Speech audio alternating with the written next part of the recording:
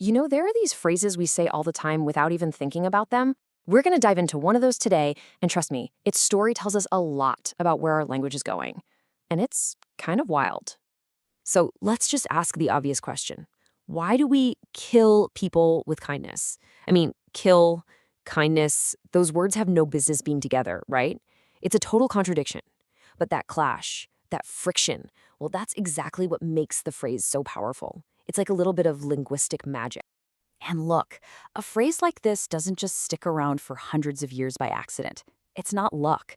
It's actually a masterpiece of design, almost like it's been engineered with these specific little tricks that make it unforgettable.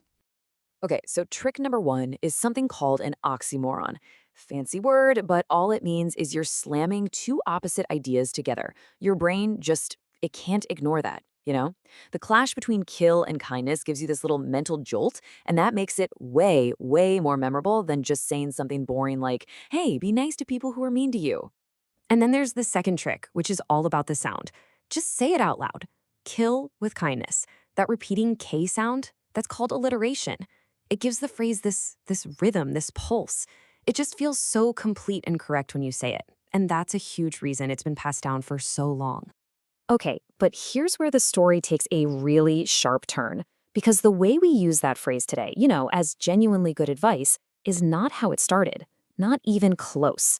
It began as something way, way darker. The journey this phrase has been on is, honestly, it's incredible. So yeah, the basic idea, meet anger with kindness, that's super old. It's in ancient texts.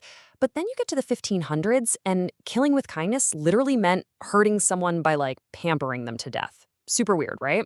And then Shakespeare comes along and basically turns it into a tool for psychological manipulation. It wasn't until way later that it mellowed out into the advice we know today. And this line from Shakespeare's The Taming of the Shrew, this is the smoking gun. Petruchio says this, and he is not being a good guy. He's not actually being kind. He's just pretending to be kind while he's starving his wife and not letting her sleep, all to break her will. So back then, kindness was literally a weapon. Okay, so we've got this phrase that's packed with history, nuance, drama. It's amazing. Which, of course, leads us to the big question for today. What in the world is happening to this kind of clever, layered language in our digital age? Is it disappearing? The best way to think about it is like fine dining versus fast food. A phrase like kill them with kindness, that's a complex, slow-cooked meal. It's got layers of flavor from centuries of history. Now, compare that to a modern term like clapping back. That's fast food. It's designed for one thing, instant impact. It gets the job done, sure, but all that nuance, all that flavor, it's gone. And this isn't just some vague feeling like, oh, things aren't what they used to be. No, we can actually point to specific symptoms. It's like we're diagnosing how our language is losing its depth and precision, all because we're obsessed with speed. What's happening is a kind of flattening of our language. We're swapping rich metaphors for simple abbreviations like LOL or FR. We overuse words like iconic and literally so much they've become meaningless. We hide behind sarcasm instead of having real, vulnerable conversations. And maybe most importantly, our language is pushing us into these extreme black and white boxes, with no room for any of the messy, complicated stuff in the middle. And this flattening even creeps into our basic grammar. Take this example. Technically, running and going to work are two different things, so you should say they are exhausting. But we've gotten lazy, and it feels easier to just say is. The problem is, when we do that, we kind of mush two distinct ideas into one blob. We lose a little bit of precision. Here's another tiny one that's a huge pet peeve for some people. Bring versus take. It's so simple. Bring means something is coming to you. Take means it's going away from you. It's all about perspective. It might seem like a small thing, but it's one of those little markers of precision in our language that's just, well, it's fading away. So the big question is, why? Why is all of this happening? Why do so many people sound exactly the same online? Well, it turns out there are some really powerful social pressures at play, pushing us all toward the middle. There's actually a cool linguistic term for this. It's called diglossia. It basically means that we're all living with two different versions of English at the same time. There's High English, the formal, structured stuff you'd find in a book.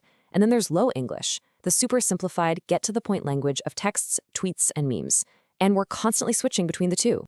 And the thing is, when we spend so much time in that low English world, it gets really, really easy to just copy and paste. We start with borrowed phrases, but before you know it, you end up with borrowed thoughts. So why do we all do this? Why do we parrot each other online? Well, for one, it's a social handshake. It's a quick way to show, hey, I'm part of the group, I get it. It's also about safety, right? If you sound like everyone else, you're less likely to get called out or piled on.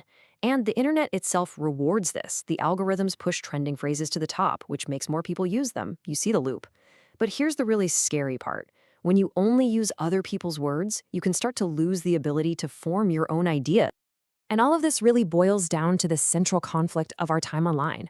It's a trade-off, a really tough one that we're all making, probably without even thinking about it. So I want to leave you with this question to chew on.